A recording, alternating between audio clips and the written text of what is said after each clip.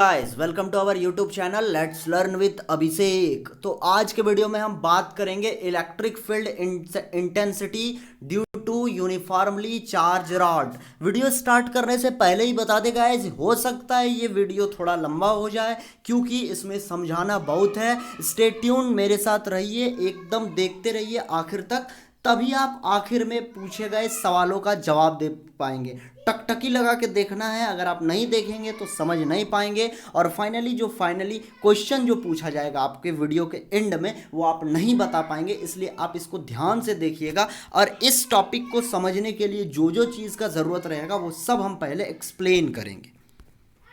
तो बात करेगा इस electric field intensity due to uniformly charge rod. ये है एप्लीकेशन गॉसियस थ्योरम का।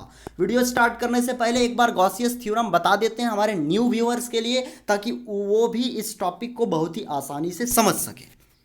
देखिए बच्चे, जो गॉसियस थ्योरम है वो चार्ज और इलेक्ट्रिक फ्लक्स के बीच में रिलेशन बताता है। चार्ज और इलेक्ट्रिक फ्लक्स, चार्ज क्या होता है पहले लेक्चर में ही इलेक्ट्रोस्टैटिक का बता चुके हैं, और इलेक्ट्रिक फ्लक्स क्या होता है एक बार क्विक में रिवाइज करते हैं। देखिए गाइस, हम लोग सब जानते हैं कि किसी भी चार्ज के चारों ओर का वो क्षेत्र जहां पर चार्ज का फोर्स महसूस हो उसे कहते हैं इलेक्ट्रिक फील्ड। और इलेक्ट्रिक फील्ड को जिस पिक्चर से, जिस फोटो से दर्शाते हैं उसे कहते हैं इलेक्ट्रिक फील्ड लाइंस।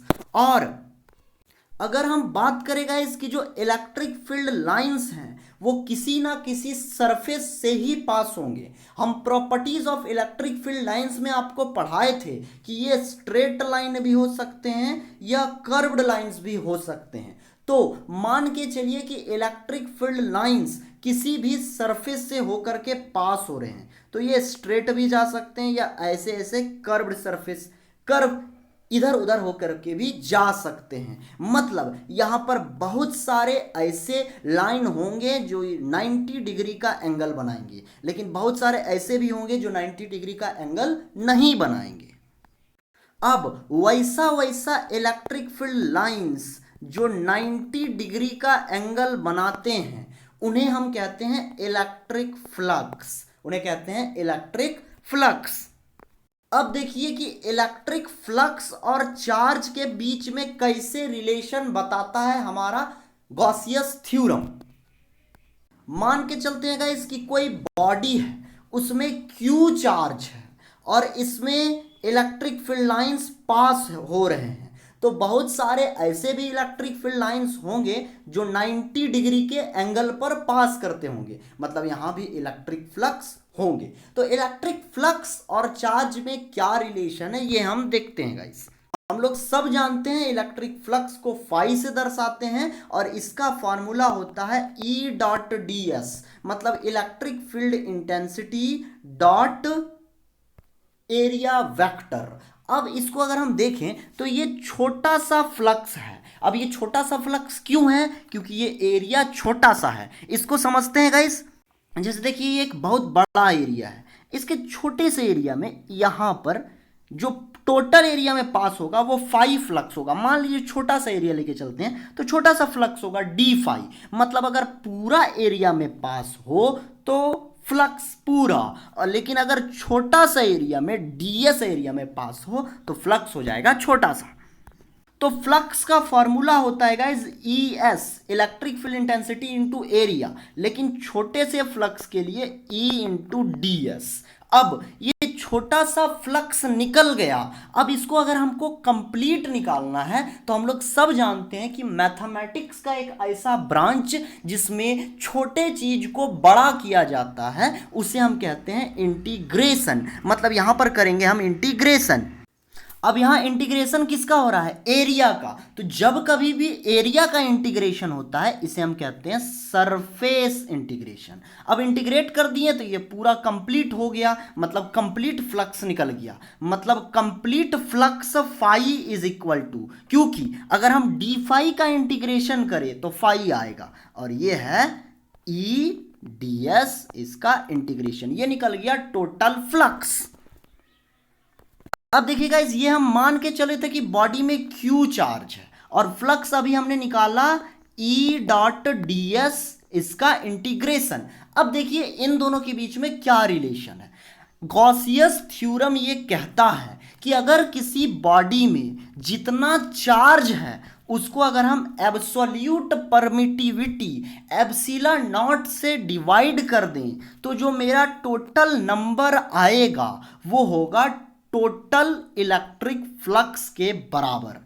कहने का मतलब ई dot D S is equal to q by epsilon naught. This is the statement of Coulomb's law. Sorry, this is the statement of Gaussian law. Coulomb's by default निकल गया। Coulomb's law वैसे याद आया, जो बच्चे Coulomb's law भी नहीं पढ़े हैं वो प्लेलिस्ट में आपको इस वीडियो के नीचे सारा का प्लेलिस्ट, एक बार प्लेलिस्ट सर्च करिएगा, सारा का आपको लेक्चर मिल जाएगा गाइस। तो जो गॉसियस थ्योरम है वो कहता है कि E dot D S is equal to Q by epsilon naught. किसी बॉडी के चार्ज को अगर एप्सिलॉन नॉट से डिवाइड कर दें वो टोटल फ्लक्स के बराबर आएगा। अब देखिए बच्चे, जो आज हमको टॉपिक कवर करना है उसको समझने के लिए एक चीज और आपको जानना पड़ेगा, linear charge density. Linear charge density, इसको लैम्डा से दर्शाते हैं। ये क्या होता है ये बताते हैं गाइस। हमने इसलिए आपको बोला था कि वीडियो थोड़ा लंबा हो जाएगा क्योंकि बहुत सारा चीज आज हमको समझाना है, तो ट्यून्ड रहिए तभी आप आंसर कर पाएंगे। लास्ट में जो क्वेश्चन पूछेंगे वो सभी रिलेटेड टॉपिक से हम क्वेश्चन पूछेंगे। देखिए गाइस, लीनियर चार्ज डेंसिटी किसे कहते हैं। मान लीजिए एक रॉड है, मतलब ये कंडक्टर है, इसमें चार्ज है बहुत ज्यादा। अब ध्यान से सुनिए, इस रॉड का कुछ ना कुछ लेंथ जरूर होगा, 4 metre, 5 metre, 10 metre, 15 metre, 20 metre. तो इसके 1 मीटर लेंथ में, मतलब यूनिट लेंथ में जितना चार्ज होगा उसे हम कहेंगे लीनियर चार्ज डेंसिटी, जिसको लैम्डा से दर्शाते हैं। मतलब lambda is equal to Q by L, number of charge present in 1 metre length of the conductor is known as linear charge density. तो पहला बात, ई डॉट डी एस का इंटीग्रेशन बराबर क्यू बाई एप्सिलॉन नॉट। दूसरा बात, lambda is equal to Q by L. अब हम लोग क्या करेंगे गाइस, देखिए हमने मान के चला है कि एक रॉड है जिसका लेंथ L है और उसका जो रेडियस है उसके चारों तरफ हमने गॉसियन सरफेस ड्रॉ किया है जो कि सिलेंड्रिकल शेप का है, और इस गॉसियन सरफेस का रेडियस हमने R मान लिया। अब देखिए गाइस, हम लोग इसमें करेंगे क्या। अगर हम इस फिगर को ध्यान से देखें तो 3 सेक्शन है, सेक्शन 1, सेक्शन 2, सेक्शन 3। तो 1, 2, 3 तीनों के लिए हम लोग जो है गॉसियस थ्योरम अप्लाई करेंगे और तीनों को ऐड कर देंगे तो टोटल निकल जाएगा। अब आखिर गॉसियस थ्योरम का ये जो एप्लीकेशन है इसमें निकलता क्या है, तो किसी चार्ज कंडक्टर के कारण किसी एक पॉइंट पर इलेक्ट्रिक फील्ड इंटेंसिटी निकलता है। देखते हैं गाइस इसको। देखिए, let us consider uniformly charge rod as shown in the figure, और हमने जो है ड्रॉ किया है एक सिलेंड्रिकल गॉसियन सरफेस, जिस तरह की फिगर में दर्शाया गया है, देख सकते हैं आप। देखिए ये एक रॉड है और ये सिलेंड्रिकल गॉसियन सरफेस है। इसका पहला रीजन सेक्शन 1, सेक्शन 2 और सेक्शन 3। देखिए, we have divided the whole figure into 3 sections. पूरे फिगर को हमने 3 सेक्शंस में डिवाइड कर दिया है, सेक्शन 1, सेक्शन 2 और सेक्शन 3। अगर बच्चे आपके माइंड में ये क्वेश्चन आ रहा है कि सर आप सिलेंड्रिकल ही सरफेस क्यों ड्रॉ किए, स्फेरिकल या स्क्वायर सरफेस क्यों नहीं ड्रॉ किए, तो आपकी मर्जी, आप कर सकते हैं। अगर आप हमको भी बोलिएगा कि स्क्वायर या स्फेरिकल सरफेस ड्रॉ करके प्रूव करने के लिए, तो हम कर देंगे। लेकिन अकॉर्डिंग टू एनसीईआरटी जो हमारे सिलेबस का बेस है उसमें सिलेंड्रिकल सरफेस ही ड्रॉ किया है, इसलिए हम लोग भी प्रूव करेंगे सिलेंड्रिकल सरफेस का ही यूज करके। आपकी मर्जी, आप स्फेरिकल सरफेस भी कर सकते हैं। अब ये सेक्शन 1 और 2 जो है वो क्रॉस सेक्शनल पार्ट है और सेक्शन 3 जो है वो मिडिल पार्ट है। देखते हैं गाइस, यहां पर देखिए सेक्शन 1, ये जो है ई और डी एस के बीच 90 डिग्री का एंगल बन रहा है। Section 1 cross sectional part. Cross sectional part किसे कहते हैं, तो देखिए ये जो पार्ट है इन्हें क्रॉस सेक्शनल पार्ट बोलते हैं, और ये हो गया middle part. This is cross sectional, this is middle, ये भी क्रॉस सेक्शनल ही है। यहां देखिए सेक्शन 1 ये क्रॉस सेक्शनल पार्ट है, और यहां पर देखिएगा सेक्शन 2, यहां पर ई और डी एस के बीच भी 90 डिग्री का एंगल है, ये भी क्रॉस सेक्शनल पार्ट है। और सेक्शन 3 देखिए ये है मिडिल पार्ट, और इस पार्ट के लिए ई और डी एस दोनों सेम डायरेक्शन में, मतलब दोनों के बीच एंगल 0 डिग्री। अब देखिए बच्चे, we know that linear charge density is given by, linear charge density का फॉर्मूला होता है लैम्डा बराबर क्यू बाई एल। इसलिए अगर हम बात करें लैम्डा बराबर क्यू बाई एल, तो Q is equal to lambda into L, इधर जाके ये मल्टीप्लाई हो गया, इसको मान लेते हैं इक्वेशन नंबर 1। अब देखिए बच्चे, ऊपर दिए गए जो फिगर था उसमें जो सेक्शन 1, 2 और 3 था, इन तीनों सेक्शंस के लिए हम गॉसियस थ्योरम निकालेंगे और सभी को ऐड कर देंगे। इसके लिए जो गॉसियस थ्योरम का रिजल्ट आएगा, सेक्शन 2 के लिए जो रिजल्ट आएगा और 3 के लिए जो रिजल्ट आएगा, तीनों को आपस में ऐड कर देंगे, फाइनली मेरा रिजल्टेंट निकल जाएगा। देखिए गाइस, तो applying Gauss's theorem for complete rod, पूरे रॉड के लिए अगर हम गॉसियस थ्योरम लगाएं तीनों सेक्शंस के लिए, तो हमें मिलेगा। तो बेसिकली हम लोग जानते हैं गॉसियस थ्योरम, अभी तुरंत बताएं, ई डॉट डी एस बराबर होता है क्यू बाई एप्सिलॉन नॉट। तो अलग अलग सेक्शन के लिए, पहला सेक्शन के लिए सेक्शन 1 लिखेंगे, दूसरा के लिए सेक्शन 2, तीसरा के लिए सेक्शन 3, और सबको आपस में ऐड कर देंगे और फाइनली क्या आएगा, ये क्यू बाई एप्सिलॉन नॉट ही आएगा, क्योंकि ये जो पूरा रॉड है एक कंडक्टर है, एक चार्ज्ड बॉडी है, और गॉसियस थ्योरम कहता है कि किसी भी चार्ज्ड बॉडी से पास होने वाला जो टोटल फ्लक्स है वो क्यू बाई एप्सिलॉन नॉट के बराबर ही होता है। मतलब टोटल फ्लक्स को ऐड करेंगे फिर भी क्यू बाई एप्सिलॉन नॉट ही आएगा।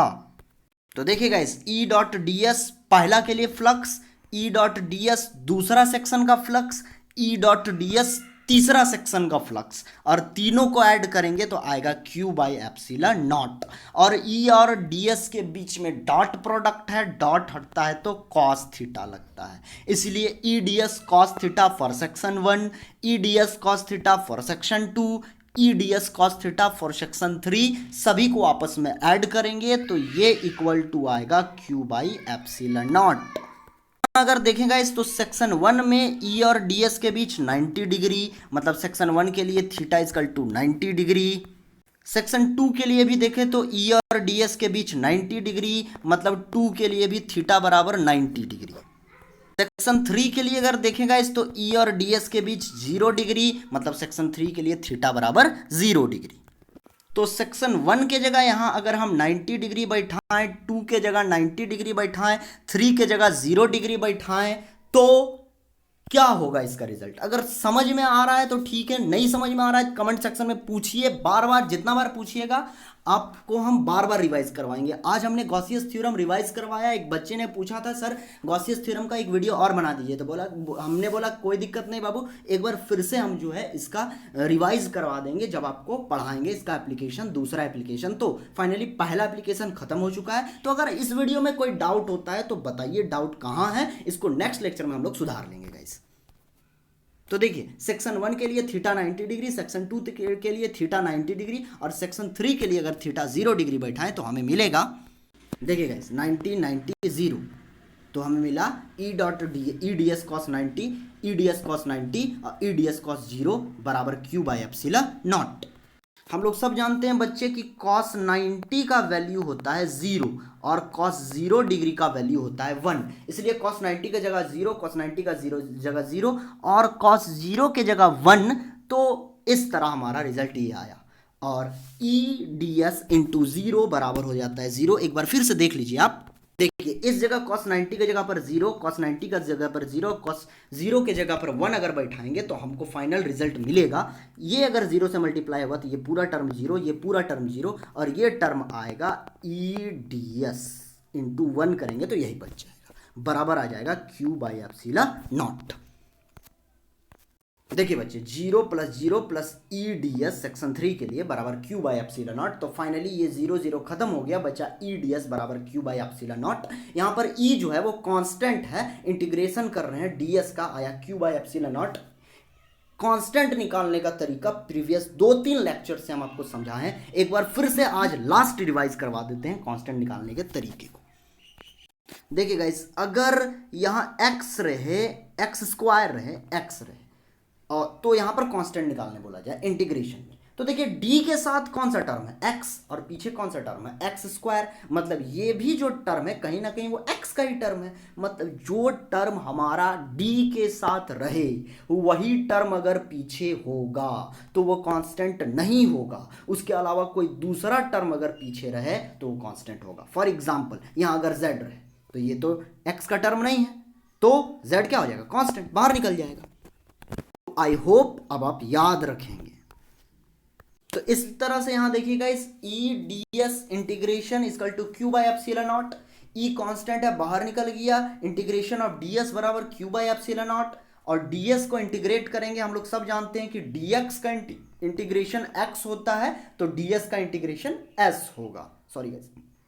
तो es बराबर q by epsilon not, dx का इंटीग्रेशन x, तो ds का हो जाएगा s, तो es बराबर q बाई एप्सिलॉन नॉट। यहां पर s जो है वो एरिया ऑफ सिलेंडर है, क्योंकि गॉसियन सरफेस कौन सा बनाए थे, सिलेंड्रिकल, तो एरिया भी किसका होगा, सिलेंडर का। और इस तरह से समझ में आता है तो ठीक, नहीं समझ में आता है तो दूसरा तरीका। हम लोग किसके लिए निकाल रहे हैं इलेक्ट्रिक फील्ड इंटेंसिटी, रॉड के लिए, एक रॉड के लिए। और रॉड कौन से शेप का होता है, सिलेंड्रिकल शेप का, मतलब एरिया किसका रहेगा, सिलेंडर का। तो यहां पर एस जो है वो एरिया होगा सिलेंडर का, और सिलेंडर का एरिया होता है 2πrl। तो देखिएगा इस इक्वेशन में s के जगह 2πrl बैठाएंगे, तो E इंटू 2πrl बराबर q बाई एप्सिलॉन नॉट। तो देखो E इंटू 2πrl बराबर q बाई एप्सिलॉन नॉट। अब यहां से E हमको निकालना है ना, बेसिकली हमको निकालना क्या था एप्लीकेशन में, इलेक्ट्रिक फील्ड इंटेंसिटी निकालना है। E मतलब E को एक साइड छोड़ेंगे और इस सब को इधर ले आएंगे इक्वल टू के इधर। अब अगर हम इक्वेशन 1 और 2 को देखें बच्चे, तो हम देखेंगे हमने इक्वेशन 1 में निकाला था lambda equal to Q by L, linear charge density, मतलब Q बराबर लैम्डा इंटू एल। इस इक्वेशन में अगर Q के जगह लैम्डा इंटू एल अगर हम बैठाएं, तो हमें मिलेगा E इंटू 2πrl बराबर lambda into L by epsilon naught, और L से L कैंसिल आउट हो गया, तो फाइनली हमारा बचा E इंटू 2πr बराबर लैम्डा बाई एप्सिलॉन नॉट।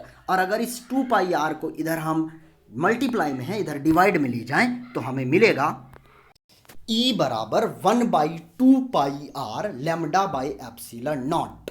अगर हम इसको यहाँ पर अरेंज करें, तो E बराबर 1/2π epsilon naught lambda by r. लेकिन हम जानते हैं स्टैंडर्ड इलेक्ट्रोस्टैटिक कांस्टेंट का वैल्यू ये होता है 1/4π एप्सिलॉन नॉट। आप इसको यहाँ भी छोड़ सकते हैं, कोई दिक्कत नहीं है, लेकिन अगर हम इसको 1/4π एप्सिलॉन नॉट बनाना चाहते हैं स्टैंडर्ड इलेक्ट्रोस्टैटिक कांस्टेंट, तो यहाँ पर 4 लाने के लिए हमें 2 से मल्टीप्लाई करना पड़ेगा। और अगर यहाँ 2 से मल्टीप्लाई करते हैं तो ऊपर भी करना पड़ेगा, ताकि फाइनली ये कट जाए और इस इक्वेशन को कोई फर्क ना पड़े। तो E बराबर 1/4π epsilon naught 2 lambda by are.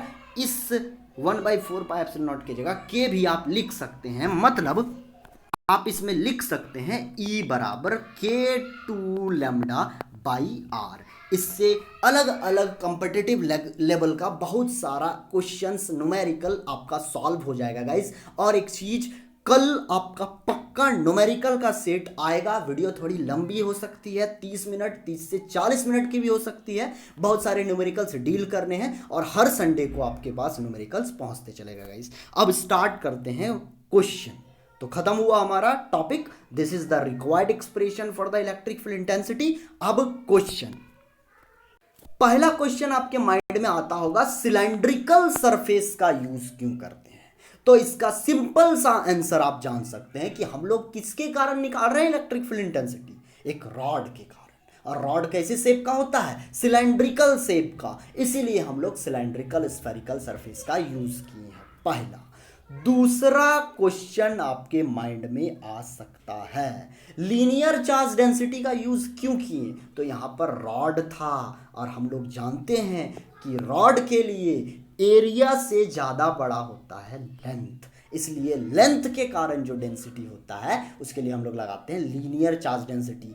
आगे आने वाला जो एप्लीकेशन है हमने उसमें लगाएंगे सरफेस चार्ज डेंसिटी, तीसरा एप्लीकेशन, वो भी बहुत ही ज़्यादा इंपॉर्टेंट है गाइस, और वो भी यहीं से रिलेटेड है, तो उसको समझना बहुत ज़्यादा ज़रूरी है, वो एग्जाम पॉइंट ऑफ व्यू से भी बहुत इंपॉर्टेंट है गाइस। तो स्टार्ट करते हैं आप क्वेश्चंस। जो बच्चे प्रीवियस 3 लेक्चर्स को देखे होंगे वो इन क्वेश्चंस का आंसर दे देंगे। जो बच्चे नहीं देखे हैं, एक बार फिर से उनसे रिक्वेस्ट समझिए, आप जाके देखिए। आपके लिए रिक्वेस्ट कर रहे हैं यार, हम कर रहे हैं बार बार, आप पढ़िए, बस पढ़िए, बस हमको और कुछ नहीं चाहिए, आप पढ़िए।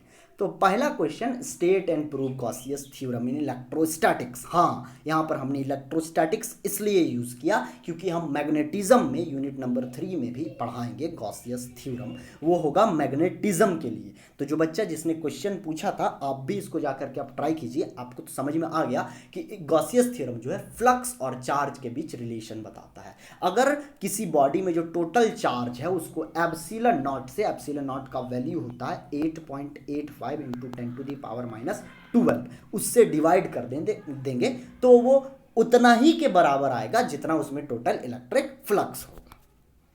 इसको अब आप प्रैक्टिस करेंगे। क्वेश्चन नंबर 2 जो है वो है derive electric field intensity at a point due to uniformly charge sphere, जो कि प्रीवियस लेक्चर था इससे पहले वाला। अभी तक हम 15 से ज़्यादा, आई थिंक 17 या 18 लेक्चर कंप्लीट करवा चुके हैं इलेक्ट्रोस्टैटिक्स का, और आगे हम लोग जो है बहुत ही मतलब अब ख़त्म होने को है ये यूनिट, ज़्यादा टॉपिक अब बचा नहीं है।